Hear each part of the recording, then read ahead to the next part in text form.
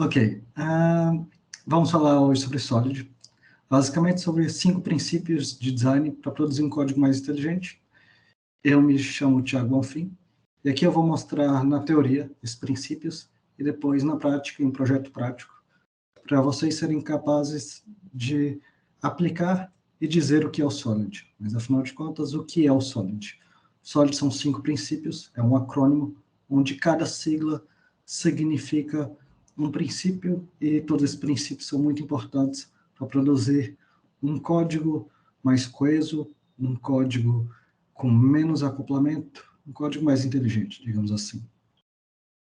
O primeiro princípio é o princípio de responsabilidade única. O segundo é o princípio aberto-fechado. O terceiro princípio é o princípio criado pela Bárbara Liskov, princípio de substituição. O quarto é a segregação de interface. E o quinto é a inversão de dependência. Como eu disse, vamos falar sobre cada um de forma bem detalhada, específica.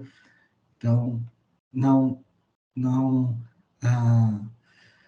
caso tenham qualquer dúvida, podem liberar a voz, o áudio e me perguntar, ou escrever no chat, tá bom? Sintam-se livre. É um design principle. Ele traz vários benefícios. Um design principle, que é um princípio voltado mais para o design de código. Em relação aos benefícios, o sistema ele tem muito mais benefícios se tiver princípios de design. Então, o sistema Tô assistindo. Fica tolerante à mudança, mais compreensível, mais simples de ser testado, mais fácil de ser mantido, fora vários outros benefícios que princípios de design proporcionam. Então, fazendo aqui uma analogia, os princípios de design, os design principles. Então, considerando um prédio, tá bom? Com uma boa arquitetura, mas com tijolos mal feitos, isso não resultará numa boa construção. E por outro lado, mesmo que a gente tenha bons tijolos e uma boa arquitetura, caso a interligação entre os tijolos não seja de qualidade, a construção também não será satisfatória. E é por isso que os princípios são de grande valia. Tá bom? Colocando aqui uma analogia mais com orientação a objeto, caso a gente tenha uma boa arquitetura, uma boa definição entre os módulos, entre escolha de cache, banco de dados, a gente tenha classes bem desenhadas, então os nossos tijolos sejam de qualidade, boas classes, mas a comunicação entre as nossas classes não seja de qualidade, tá bom? Se a comunicação entre elas não for boa, provavelmente o sistema não será satisfatório. E é por isso que os princípios são de grande valia. Falaremos, então, sobre Solid, como eu já expliquei aqui rapidamente. Solid é um acrônimo, cada sigla tem um significado, é um princípio, mas dando um pouco mais de detalhes sobre o Solid, ele, como eu disse, é um acrônimo que foi cunhado nos anos 2004 por Michael Fetters, com base em alguns princípios apresentados pelo Robert C. Martin por volta dos anos 2000. Então, o Robert C. Martin e o Michael Fetters têm várias literaturas em conjunto, e o Solid foi cunhado meio que por eles, foi criado por eles, mas não significa que todos os princípios foram criados por eles, tá bom? Há vários princípios de outros pesquisadores. Basicamente, o Solid, como eu coloquei, são esses 5 princípios, e agora a gente vai detalhar cada um deles, começando pelo S, o princípio de responsabilidade única. Só antes de continuar aqui, qualquer coisa, podem liberar o microfone e me interromper para perguntar alguma coisa, ou se tiver algum problema, enfim, me levantem, falem. Eu não estou olhando o chat no momento, tá bom? Falando sobre o princípio de responsabilidade única. O princípio de responsabilidade única, muitas pessoas às vezes se confundem. Por ser responsabilidade única, não significa que deve ter apenas um método, por exemplo, uma função. Não significa exatamente isso. O princípio de responsabilidade única tem como definição que você deve reunir as coisas que mudam pelas mesmas razões e separar as coisas que mudam por razões diferentes. Então, ele foca muito na mudança. Então, se você tem uma classe que muda por dois motivos diferentes, ou seja, pode existir a situação onde dois desenvolvedores alterem a mesma classe em pontos distintos em um mesmo momento, talvez essa classe deveria quebrar em duas outras classes. Colocando aqui de forma mais direta, o SRP, ele diz que cada módulo de software tem e apenas um motivo para mudar. Tá bom? Então, se você identificar vários pontos de mudança em uma única classe, provavelmente está violando esse princípio, provavelmente sua classe faz mais de uma coisa e perde aqueles benefícios. Então, torna mais complicado de manter, de evoluir, e entre outros. Indo para o próximo princípio, o princípio aberto-fechado. Esse princípio, ele diz que para sistemas de software serem fáceis de mudar, eles devem ser projetados para permitir que o comportamento desse sistema sejam alterados, adicionar novo código, em vez de alterar o código. Mas, afinal de contas, o que exatamente significa?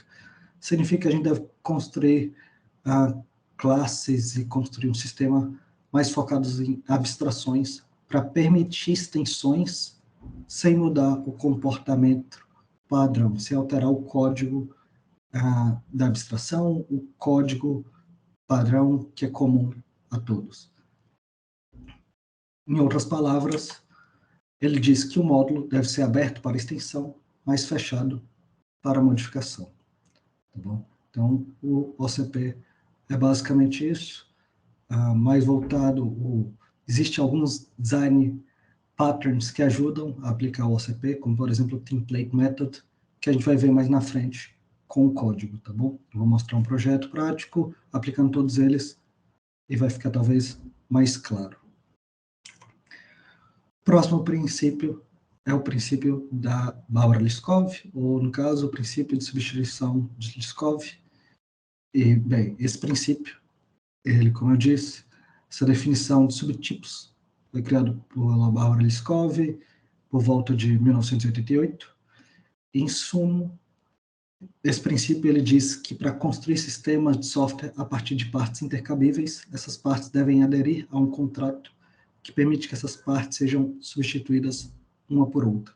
Então aqui já traz muita ideia de criação de interface ou abstrações que definem o comportamento das demais implementações e também a ideia de polimorfismo. Então aqui é a capacidade de uma classe de mais alto nível, digamos assim, uma classe, por exemplo, de domínio ou uma classe de use case, comunicar com a classe mais externa por meio de contratos. E dessa forma, se a gente altera alguma integração, a gente consegue, por exemplo, alterar um banco de dados ou a forma de armazenar o dado e a camada mais interna não quebra e suporta isso por meio de contratos. Colocando aqui de uma forma mais simples, um programa que usa uma interface não deve ser confundido por a implementação dessa interface. Então, os contratos eles têm que ser bem declarados para evitar que algum subtipo, alguma implementação viole esse contrato, essa interface. Tá bom? Indo para o próximo princípio, que também está bem próximo desse princípio, tá bom? Eles acabam estando um pouco próximos, que é o princípio de segregação de interface. E esse princípio, ele aconselha os designers de software a evitar depender de coisas que eles não usam. O que isso significa? Que se nós temos interfaces muito grandes, pode ser que quem venha implementar essas interfaces, esses contratos, precise ou dependam de muitos métodos, e por depender de muitos métodos, alguns desses métodos podem não fazer sentido para a implementação. Se não fazem sentido, viola esse princípio. Como eu coloquei, a gente vai ver no projeto prático a violação desse princípio e como fazer para implementar de forma correta esse princípio. Mas, trazendo de uma outra forma, uma outra definição desse princípio, talvez de forma mais clara, a gente deve manter os nossos contratos pequenos para que usuários não acabem dependendo de coisas que não precisam, tá bom? Agora a gente vai para o último, tá bom? O último princípio do Solid, que é o princípio de inversão de dependência. Esse princípio ele é extremamente importante quando a gente pensa em design de código, em separação das camadas, em criar um código que seja capaz de evoluir com o tempo. E o que o DIP diz? Ele diz que um código que implementa a política de alto nível não deve depender do código que implementa detalhes de baixo nível. Em vez disso, os detalhes devem depender das políticas. E o que isso quer dizer? Que, por exemplo, pensando em uma arquitetura em camadas, a camada mais interna não deve depender da camada mais externa. Entretanto, há cenários e use cases onde a gente precisa, por exemplo, fazer uma consulta a uma API externa ou algum serviço externo ou algo do gênero. E para a gente conseguir fazer isso sem violar esse princípio, a gente cria contratos, cria interfaces, e depende desses contratos e dessas interfaces, e a gente inverte a dependência. Dessa forma, o nosso código da camada mais interna vai depender do nosso contrato, que também está na camada interna, e a implementação desse contrato está na camada externa. Se a gente respeitar todos os princípios, todas as implementações mais externas não vão quebrar os nossos contratos, e o nosso código vai funcionar de forma bem satisfatória. Trazendo uma outra definição também do DIP, ele diz que dependem da direção da abstração, ou seja, módulos de alto nível não devem depender de detalhes de baixo nível. Foi mais ou menos o que eu expliquei aqui agora, tá bom?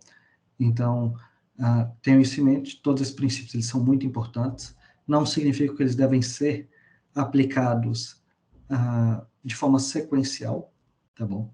No exemplo que eu vou mostrar de forma sequencial, mas isso não quer dizer que eles devem ser aplicados de forma sequencial, normalmente não serão aplicados de forma sequencial, e também é importante entender e compreender bem para aplicar com sabedoria, aplicar no momento certo, tá bom? Por que eu estou dizendo isso? Porque talvez aplicar esses princípios em todos os cenários pode causar um over-engineer e pode violar o princípio de tentar manter simples, de fazer no momento certo. São alguns outros princípios. Então, é importante identificar o cenário e aplicar no momento certo. O projeto prático que eu vou mostrar agora, eu construí ele de tal forma que eu conseguisse aplicar todos esses princípios de forma sequencial. Tá bom? Então, tenham isso em mente, entendam os princípios e aplique ele no momento certo. Outra coisa muito importante, é muito mais fácil de aplicar esses princípios depois que você tem o domínio, conhecimento sobre o domínio. Ficou um pouco ruim essa analogia, mas é um conhecimento sobre as entidades, sobre o domínio de fato do negócio. Quando você entende o domínio, você consegue visualizar melhor abstrações, contratos e, dessa forma, aplicar melhor os princípios. Tá bom? A gente vai agora para a prática. Se alguém tiver alguma dúvida, quiser perguntar, estão abertos, tá bom? Vou ver se tem alguma pergunta no chat. Quiser também liberar o microfone, sinta-se à vontade.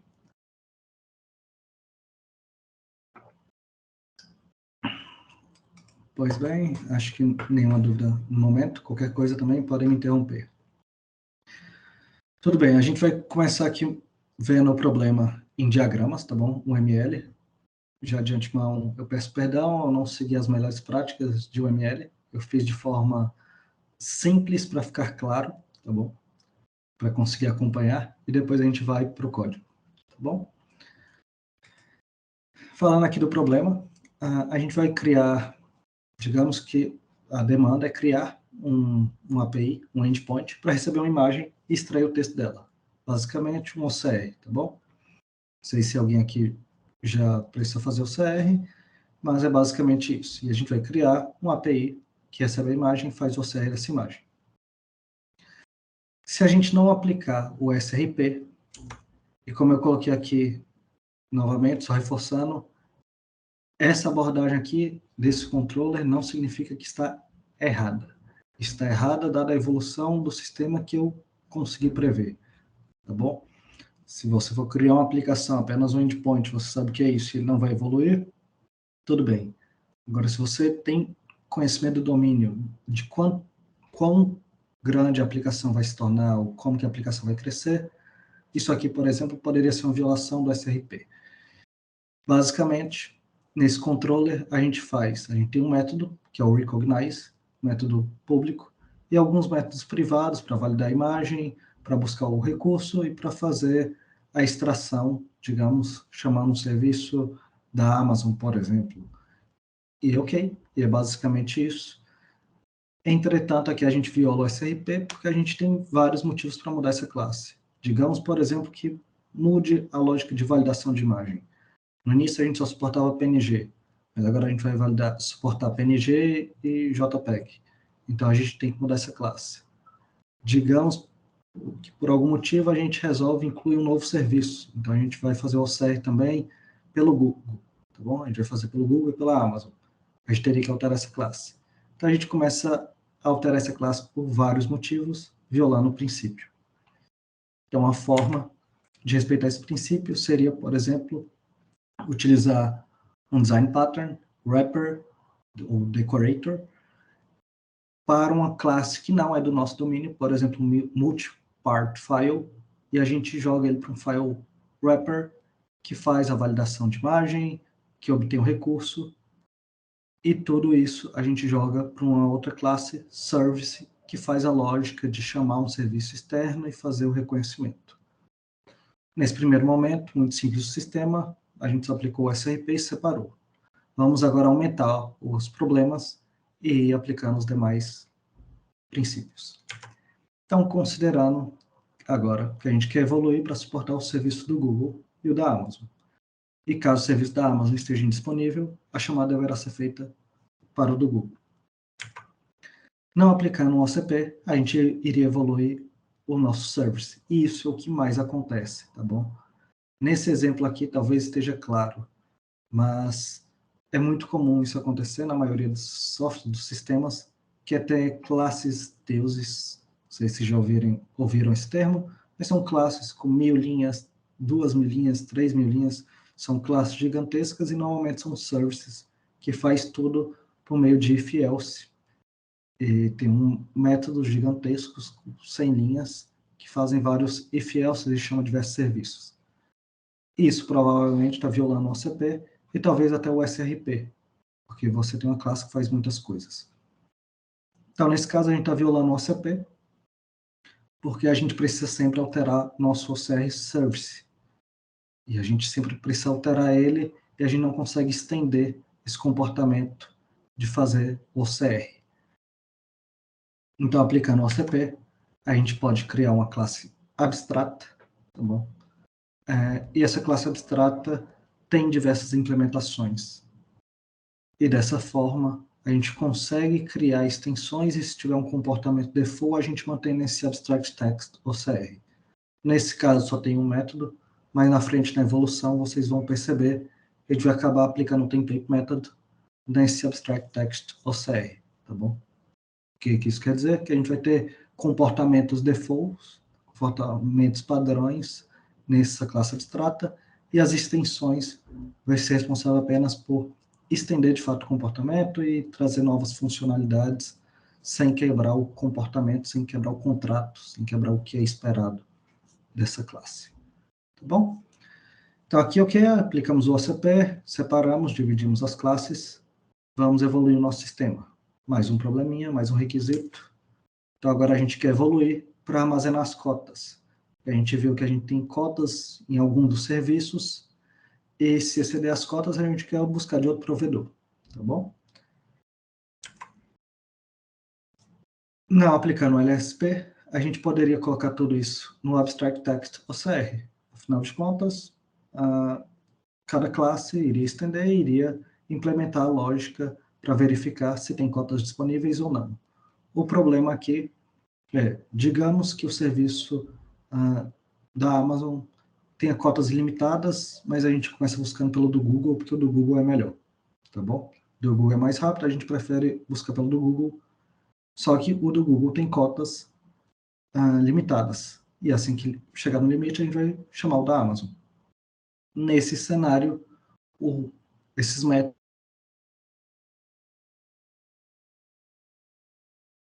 e para fazer o decrement de cotas, isso seriam métodos que não faria sentido para essa classe.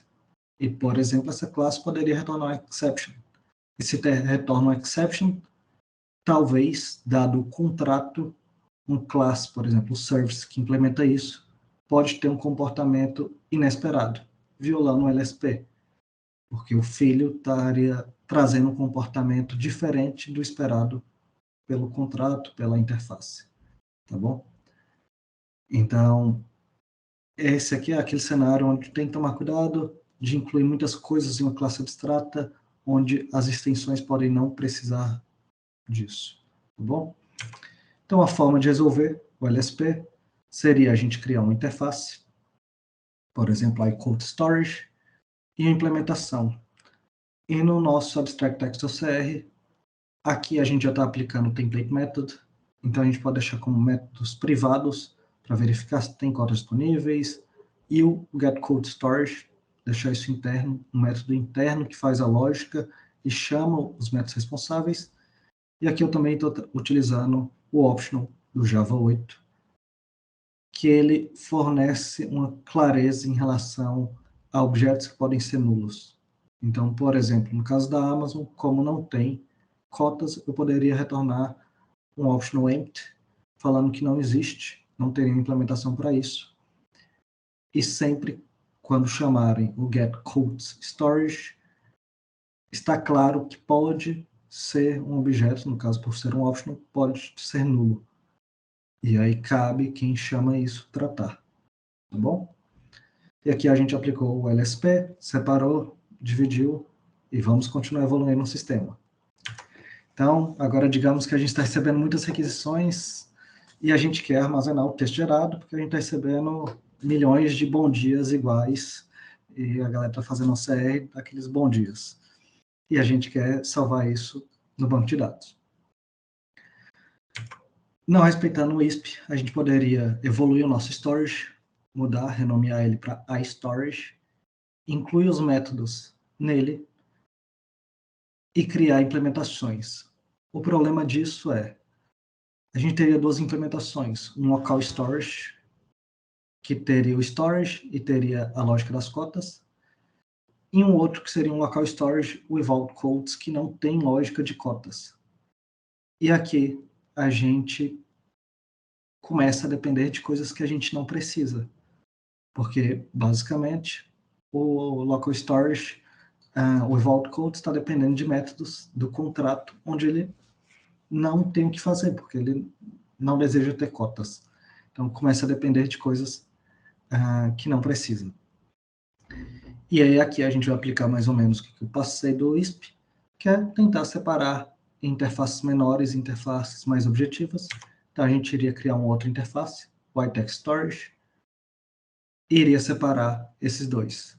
E aí a nossa classe Abstract Text OCR teria que ter o storage.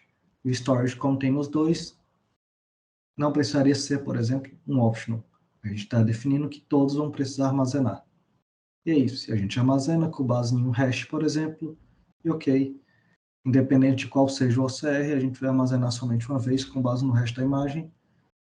E dessa forma a gente está aplicando o ISP. Não sei se dá para ver aqui com clareza, mas o nosso service está dependendo a setinha das nossas implementações, e aqui a gente está dependendo do Local Text Storage. Então, a nossa classe abstrata está dependendo da implementação. Quando a gente depende das implementações e não das abstrações, a gente acaba violando o DIP, que é o próximo princípio, que é o princípio de inversão. A gente acaba dependendo das implementações e isso torna mais difícil de evoluir também o sistema. Então, trazendo aqui mais um problema. Agora a gente quer evoluir o nosso serviço de OCR e incluir o serviço da Microsoft, por exemplo.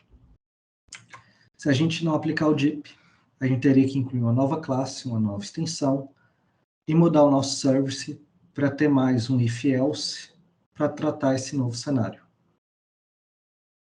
Se a gente aplica o DIP, a gente inverte as dependências e começa a depender apenas das abstrações, dos contratos, e dessa forma, se a gente quiser incluir o novo, por exemplo, o serviço da Microsoft, a gente consegue de uma forma muito mais simples, porque seria basicamente criar uma nova extensão, tá bom? E fica muito mais simples e a gente começa a depender dos contratos e faz essa inversão de dependência. E agora, se a gente precisa adicionar novos OCRs, novas formas de fazer OCR, isso fica independente. Se a gente precisa salvar as cotas em um banco de dados ou em qualquer outro lugar, fica muito mais fácil. A mesma coisa também para o texto, fica muito mais simples.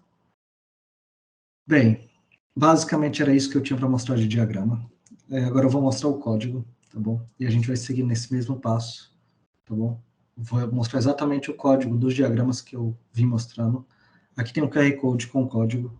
Se tiverem qualquer dúvida, podem me parar agora e perguntar. No final, vou dar também liberdade e espaço, caso tenha dúvidas.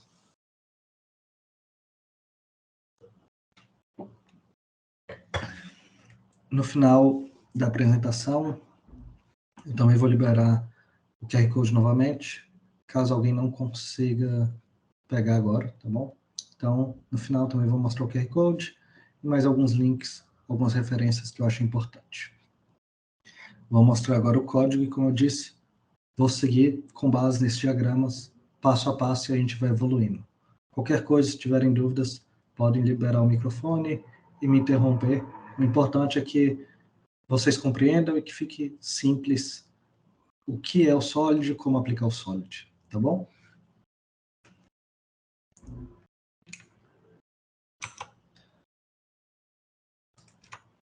Peço perdão também agora, eu vou precisar virar o rosto para visualizar o código. Então, estarei de lado nesse momento. Qualquer coisa, podem mandar pergunta ou, enfim, estou disponível para sanar. Basicamente, uma aplicação simples. A gente está com o Java 11, aqui tem um README explicando como fazer para executar, para iniciar, o que vocês precisam. Aqui a gente vai estar utilizando o serviço do Google e o Cloudinary. Cloudinary eu recomendo, caso vocês queiram conhecer um pouco sobre serviços que dá para fazer com Machine Learning. Então, por exemplo, o OCR e tem vários outros. Então, extrair texto de imagem, fazer blur de alguma parte específica de imagem. Salvo engano, tem também reconhecimento de objetos. Então, passo a imagem, ele diz qual que é aquele objeto. Tem alguns serviços. Existe uma quantidade de cotas gratuita, suficiente para alguns testes. Então, recomendo, caso tenha interesse. E é basicamente isso que a gente vai fazer. Como eu disse, é Java 11, Spring Cloud, JUnit, e aqui algumas referências, tá bom? Nós vamos começar com o Not SRP, como eu mostrei para vocês há pouco. Então, considerando o Not SRP, sem aplicar o SRP, nós teríamos apenas um controller com o método recognize, e mesmo aplicando ou tentando aplicar o clean code, a gente teria diversos métodos. Entretanto, essa classe aqui, ela tende a crescer cada vez mais. Dada a evolução do software que eu coloquei, se a gente utilizar somente esse controller chegaria talvez a mais de 1000 linhas. Então, por isso é bom estar sempre separando em diversas classes e pensando no SRP. O SRP é um princípio, na minha opinião, um dos principais, extremamente importantes. Aplicando ele, você consegue deixar o código muito mais claro, muito mais simples de lidar, tá bom? E aplicando o SRP, como eu mostrei, a gente teria o nosso controller que seria extremamente simples. A gente teria um wrapper, e nesse wrapper teria toda a lógica de validar a imagem. Então, caso, isso aqui não tinha no código anterior, mas caso tivesse essa validação, aquele código seria ainda maior. Aqui a gente está incluindo tudo aqui, que dá mais ou menos 70 linhas. E ok, essa classe aqui ela está pequena e bem específica, focada apenas em uma coisa. O nosso service tem quase 60 e também está bem específico. Ele só faz uma coisa, que é o OCR por meio do Cloudinary. Tá bom? Então, ok. Aqui, bem tranquilo. Aplicamos o SRP, como eu mostrei nos diagramas. Vamos agora para o próximo. Então, caso a gente viesse adicionar mais um serviço, por exemplo, o serviço do Google. Então, trazendo o serviço do Google e não aplicando o OCP, a gente começaria a ter if-elses. Então, aqui no nosso service, a gente vê que, ok, a gente tem um try-catch, como eu coloquei, né? A ideia seria, chama um, se der exceção, chama o outro. Então, um try-catch chama um e depois chama o outro. Ok? Tentamos aplicar um pouco de clean code, separamos em métodos, deixamos o código um pouco mais limpo, um pouco mais bonitinho, mas essa classe aqui tende a crescer cada vez mais. Depois alguém poderia reclamar falando, se der exceção, retorna, por exemplo, nulo, ou retorna vazio. Seria mais um try-catch aqui. Ao adicionar o serviço da Amazon, seria mais try-catches. E assim por diante. Incluindo nesse service a ideia de chamar banco de dados, né, chamar storage, isso aqui iria crescer cada vez mais. Se a gente aplica o OCP, a gente deixa o nosso service mais simples, tá bom? Aqui a ideia, tá bom? Não está com try-catch, mas a ideia seria esse retrieve retornar nulo, e aí, com base nisso, faz as tratativas, tá bom? Então, mudou a lógica ficou interna aqui, tá bom? Nesse try-catch. E caso contrário, o outro, o do Cloud Vision, no caso do Google, chama do Google. Aqui, como eu disse, eu não estou chamando abstração, estou colocando a implementação, estamos violando a ideia do DIP. Mais na frente, nós vamos ajustar isso. Então, aqui, como eu disse, uma classe abstrata, somente um método, uma anotação informando que isso pode ser nulo, e as implementações. Tá bom? Bem simples, tranquilo. E aí, agora a gente vai evoluir mais. Agora a gente vai incluir cotas. Ao incluir cotas, seria o not Lisp.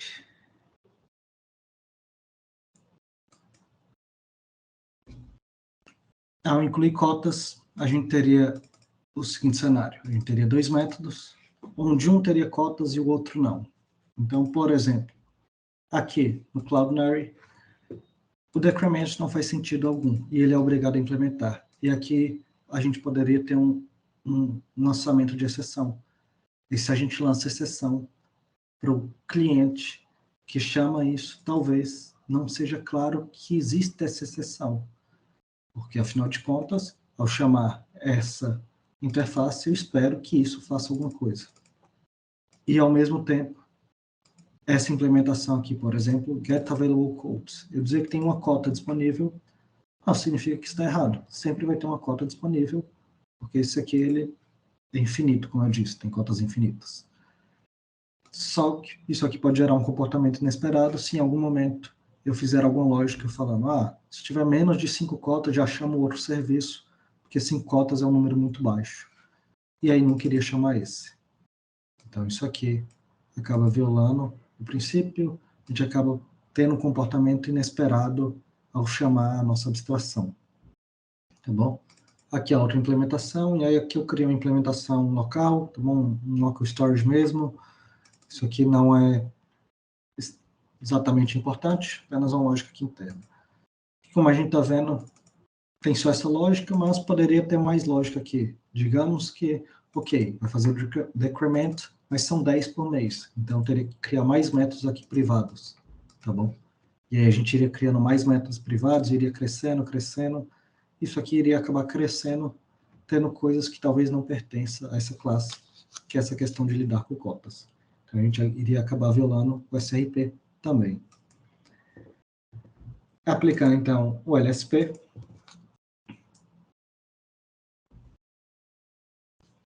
a gente iria quebrar, e aqui eu estou aplicando o LSP e o Template Method, tá bom?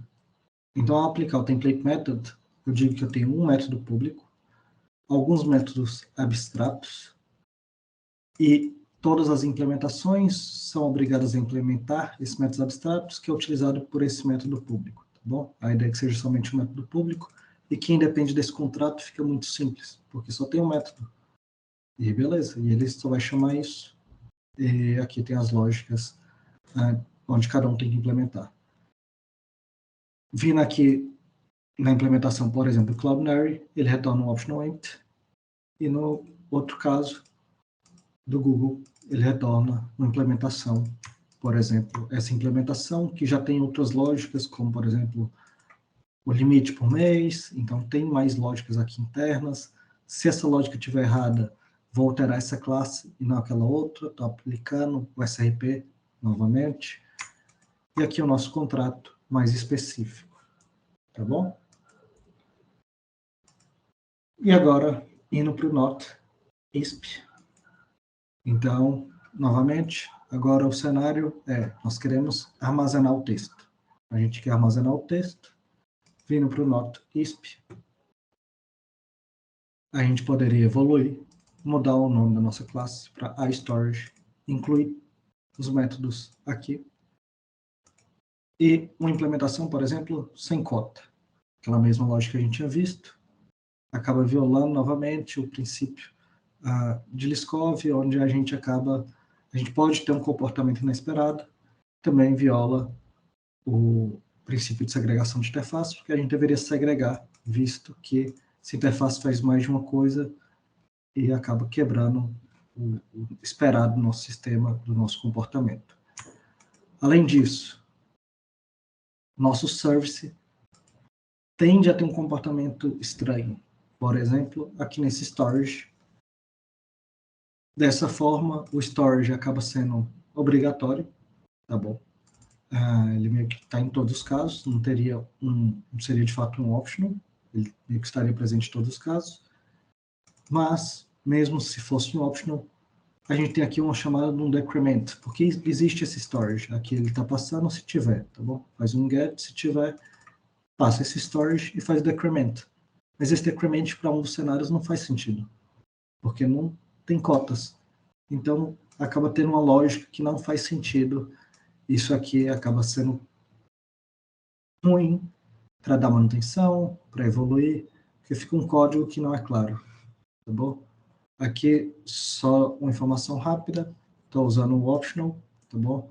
Aqui eu estou usando o or else get, porque basicamente eu pego do storage, então aqui ele vai pegar do storage, se não, ele vai fazer essa extração. Aqui eu estou utilizando o supplier, com o or else get, ele espera um supplier, tá bom? E dessa forma, isso aqui fica lazy, ou seja, ele não vai chamar isso sempre. Se eu utilizasse o or else get sem o supplier, desta forma, or else get,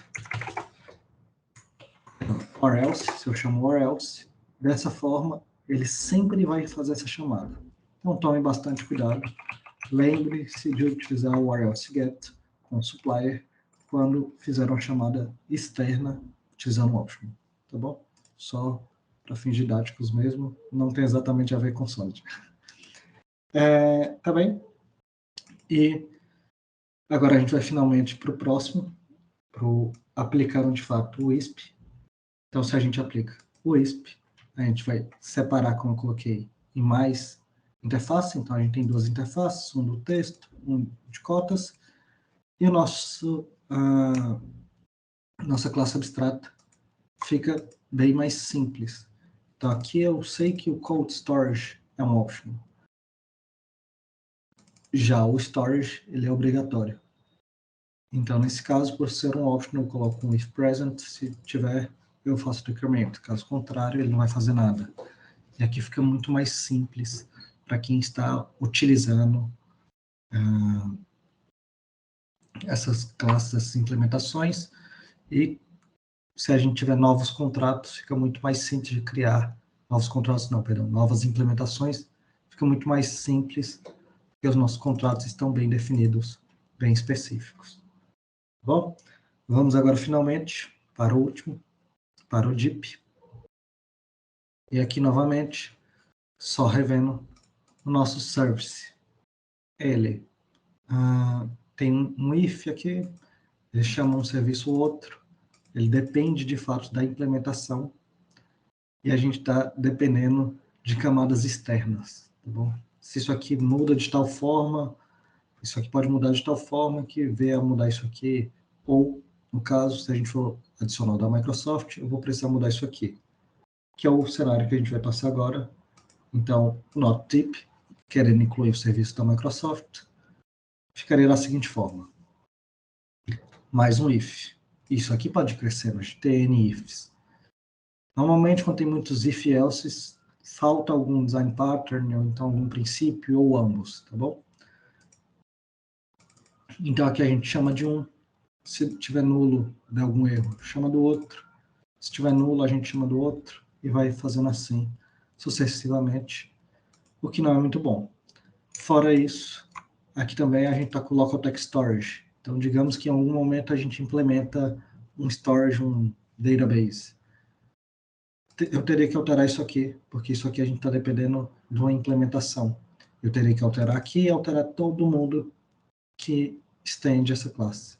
Tá bom? Todo mundo que tem esse método, porque eu estaria mudando a assinatura desse método. Por isso que é importante a gente depender de contratos. Tá bom? E aplicando aqui o DIP, se a gente aplica o DIP, o nosso service fica muito mais simples. A gente, além de aplicar o DIP, a gente coloca aqui uma injeção de dependência. Então, a gente, utilizando aqui do Spring, né, fazendo a injeção de dependência, a gente traz todas as implementações com base nessa abstração, com base nesse contrato. A gente itera sobre eles, pegando o texto, e a gente pode fazer aqui uma lógica de try-catch de cada um e trazer informações mais específicas e também lançar, retornar o texto, caso dê sucesso. E fica muito mais simples. Isso aqui suporta evoluções. Então, se a gente criar mais implementações, basta criar novas implementações. Eu não preciso mais mudar nesse service. E a gente volta a respeitar o SRP. Novamente, no cenário anterior, a gente precisou alterar duas classes, sendo que uma, como a gente percebeu aqui, não deveria ser necessário. A gente também estaria violando o SRP.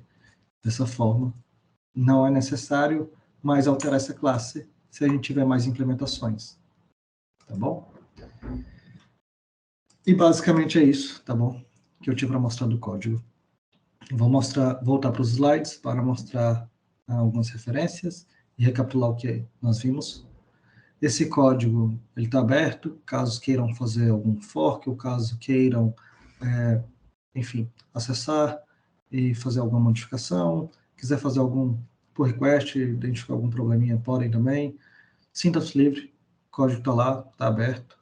Olhem, tentem entender, tentem compreender. Se tiverem qualquer dúvida, novamente, a gente vai ter um tempinho aqui para perguntas, mas se tiver qualquer dúvida no momento, podem me perguntar, acho que é um bom momento para tirar dúvidas.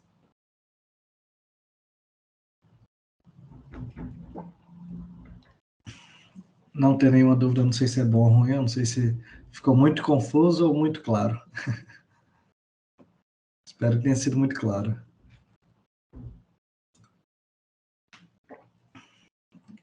Pois bem, acho que não temos nenhuma dúvida, pelo menos não no momento. Vou mostrar os slides novamente. E a gente vai só recapitular agora. Então, recapitulando, a gente falou sobre Design Principles, sobre Solid, sobre os 5 princípios do Solid, o princípio de responsabilidade única, aberto-fechado, Liskov, segregação de interface e inversão de dependência. E aqui, algumas referências, caso queiram se aprofundar nesse conhecimento. Então, Clean Code é um excelente livro, tá bom? Realmente recomendo esse livro. Além de Solid, ele traz várias outras práticas muito importantes. Além do Clean Code, tem também o The Clean Coder, que é um código de conduta aí para programadores profissionais, também do Robert C. Martin. Como eu coloquei, ele levantou esses princípios, então vai ter referência de Solid. E também o livro do Michael Fetters, como eu disse, ele também ajudou. Então, esse livro também tem várias referências, além de ajudar também a lidar com o código legado e como fazer para evoluir código legado sem trazer muitas dores de cabeça. Esse aqui também é um excelente livro. Bom, aqui novamente o QR Code e um artigo que fala mais ou menos sobre o que eu coloquei, sobre o que eu falei. O meu LinkedIn, caso tenha alguma dúvida e não consigam tirar aqui, ou caso tenha alguma dúvida mais na frente, mais no futuro, podem entrar em contato. E também o GitHub do projeto. Tem tudo isso Esse aqui. QR Code é para quê mesmo? Perdão, o QR Code. O QR Code tem esses 3 links. Ok, show, obrigado. Nada. Tá bem, é isso.